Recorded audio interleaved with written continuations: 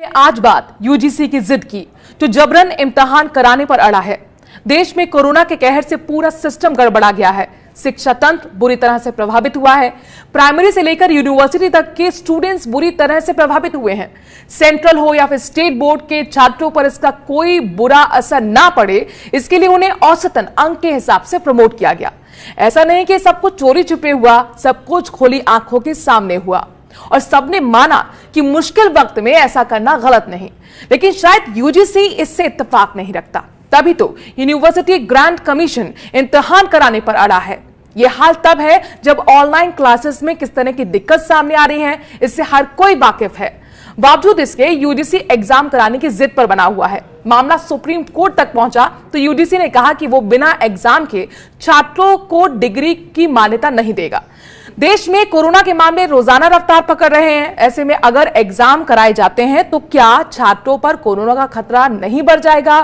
छात्रों की हिफाजत की गारंटी कौन लेगा? बताइए, असम बिहार का हाल आप जानते हैं, वहां पर बाढ़ आई हुई है, पूरा नॉर्थ बिहार डूबा हुआ है। वहां का छात्र कैसे ऑनलाइन एग्जाम दे, मुझे ये बताइए। जम्मू कश्मीर में 2G स्पीड के साथ क्या ये मुमकिन है? दूर दराज के इलाके हैं, यूपी के इंटीरियर में चले जाइए, अगर आपका कोई रिश्तेदार हो तो वहां पर आप सुन लीजिएगा और समझ लीजिएगा, वहां जब बारिश होती है तो पावर कट लग जाता है और लाइट कब आएगी इसका कोई हिसाब किताब नहीं होता। लैपटॉप डिस्चार्ज हो जाएगा तो स्टूडेंट कैसे परीक्षा देंगे? क्या इन दिक्कतों पर विचार नहीं किया गया? चलिए, पहली बात आपको बताऊं, मेरा जिस कॉलेज में मैं पढ़ाता हूं वो बिल्कुल इंटीरियर में है, तो संभवतः उसका बहुत अच्छा अनुभव मेरे पास है जी। और इंटीरियर के कॉलेज में मैं शिक्षा का कार्य करता हूं। दूसरी चीज, मैंने आपको पहले भी कहा, 30 सितंबर एक डेट दी गई है। अगर परिस्थितियां विभिन्न होती हैं तो ऐसा तो है नहीं कि नियामक संस्था उस पर अड़ ही जाएगी। वो उस हिसाब से काम करने वाली है कि क्या परिस्थितियां बन रही हैं, इसीलिए बार बार डेट चेंज हुई ना। बाकी के जितने भी स्टूडेंट्स थे, आप देखिए एक बहुत बड़ा नंबर जो फर्स्ट ईयर, सेकंड ईयर और इसके अलावा जो अदर सेमेस्टर के स्टूडेंट्स थे, पीजी के स्टूडेंट्स थे अदर सेमेस्टर के, उन सबको प्रमोट किया गया है। केवल एक छोटे छात्रों की संख्या के लिए कहा गया कि कहीं ऐसा ना हो कि जीवन में इनके संग ये दिक्कत आए कि आपको केवल प्रमोट कर दिया गया था, इसलिए कल कोई बहुत सारे लोग जो उन्हें जॉब देने वाले हैं, बहुत सारे लोग जो उनके साथ कुल मिलाकर कह रहे हैं कि उनके फ्यूचर के लिए चुनौती हो सकती है करना है। आभा जी आपने जल्दी से बात रखिए, मुझे उसके बाद राहुल चौधरी के पास जाना है, वो जुड़ गए हमारे साथ। ये बहुत आश्चर्य की बात लग रही है कि यूजीसी से आप ये कह रहे हैं चॉइस बेस्ड क्रेडिट सिस्टम में सारे सेमेस्टर्स एक जैसा ही योगदान करते हैं डिग्री में, तो कोई एक खास सेमेस्टर फाइनल सेमेस्टर नहीं होता जिसका अगर परीक्षा स्टूडेंट ने नहीं दिया तो उस पर कोई ठप्पा लग जाएगा। ठप्पा तो इस समय सरकार पे लगा है, जिसने अपने सिटीजन्स की वेलबींग को दरकिनार कर दिया, उनकी फैमिलीज के वेलबींग को दरकिनार कर दिया। आपको मालूम है कि दिल्ली विश्वविद्यालय बाकी विश्वविद्यालयों से थोड़ा अलग है।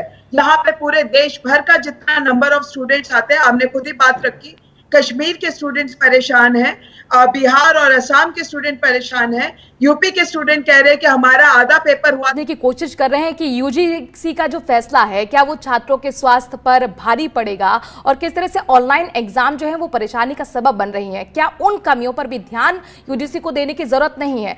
यहाँ पर बालाजी मैं आपसे समझना चाहूंगी, चूंकि एक तर्क ये भी दिया जा रहा है और आप सुन रहे होंगे विक्रम जी को, वो ये कहते हैं कि फाइनल ईयर बहुत इंपॉर्टेंट होता है, अगर एग्जाम ना हो तो फिर उसके भविष्य के लिए, उसके करियर के लिए नुकसान होगा, प्लेसमेंट में दिक्कत आएगी।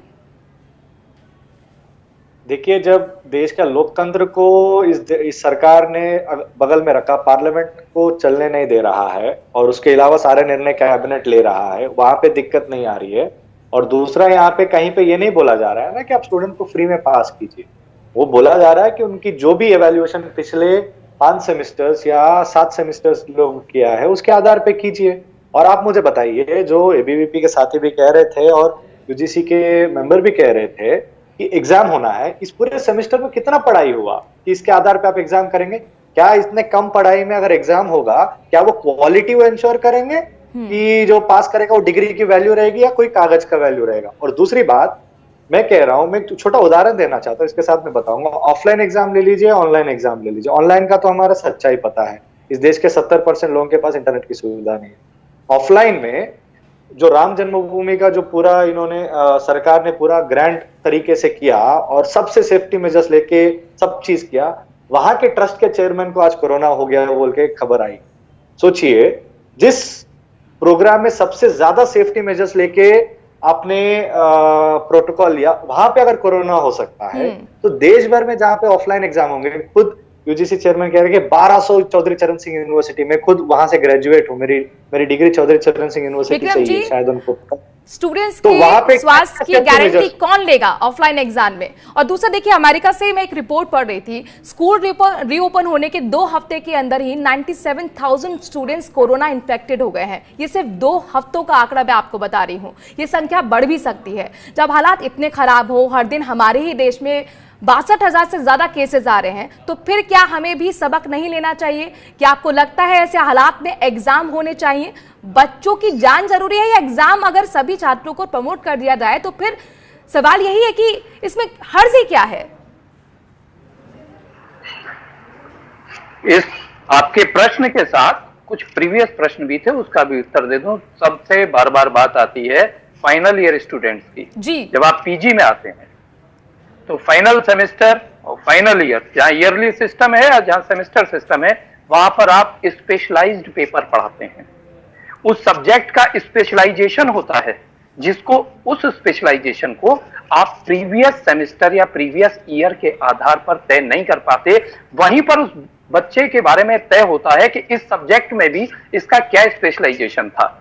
अगर वो केमिस्ट्री में था तो वो इनऑर्गेनिक केमिस्ट्री में स्पेशलाइज्ड है, ऑर्गेनिक में है, फिजिकल में है।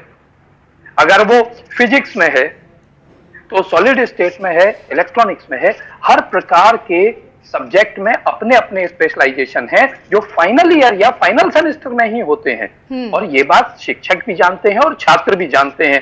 क्या आप ये तय करना चाहते हैं? इसके अलावा जिन संस्थाओं ने कहा कि हम इन डिग्रियों को मान्यता नहीं देंगे, उनको मान्यता दिलाने का रास्ता कैसे निकलेगा? विषय होना ये चाहिए कि छात्रों का नुकसान ना हो। ठीक है, विषय होना चाहिए कि छात्र सुरक्षित रहें। कैसे ऑप्शनल पेपर होते हैं, एक स्पेशलाइजेशन जो कोर पेपर होते हैं वो सारे स्टूडेंट्स के लिए एक जैसे होते हैं, जिसके बगैर डिग्री नहीं दी जा सकती। आप ऑप्शनल चीजों को स्पेशलाइजेशन कह रहे हैं। दूसरी बात यह है कि चॉइस बेस्ड क्रेडिट सिस्टम में चाहे एमए हो चाहे वो अंडर ग्रेजुएट हो, आपको मालूम है कि उसमें इंटरनल असेसमेंट का कंपोनेंट है, यानी कि टीचर ने जो पढ़ाया उसके ऊपर वो मूल्यांकन कर चुका है। पर मैं एक बहुत जरूरी बात विक्रम जी से पूछना चाहती हूँ कि हमारे देश में जहां पर सामान्य सबके साथ पास अपॉर्चुनिटीज नहीं है, क्या देश में यूजीसी ऐसा जो पब्लिक फंडेड यूनिवर्सिटीज हैं उनके लिए ऐसा फॉर्मूला ला सकती है कि वहां पर डिस्क्रिमिनेशन हो जाए? आज हमारे जितने ब्लाइंड स्टूडेंट हैं, जो हमारे पीडब्ल्यूडी स्टूडेंट हैं, ना उनको स्क्राइब मिल रहा है, वो बिल्कुल एग्जाम नहीं दे पा रहे, और ऐसे ही छात्रों को बहुत देर तक डिग्री नहीं मिलेगी।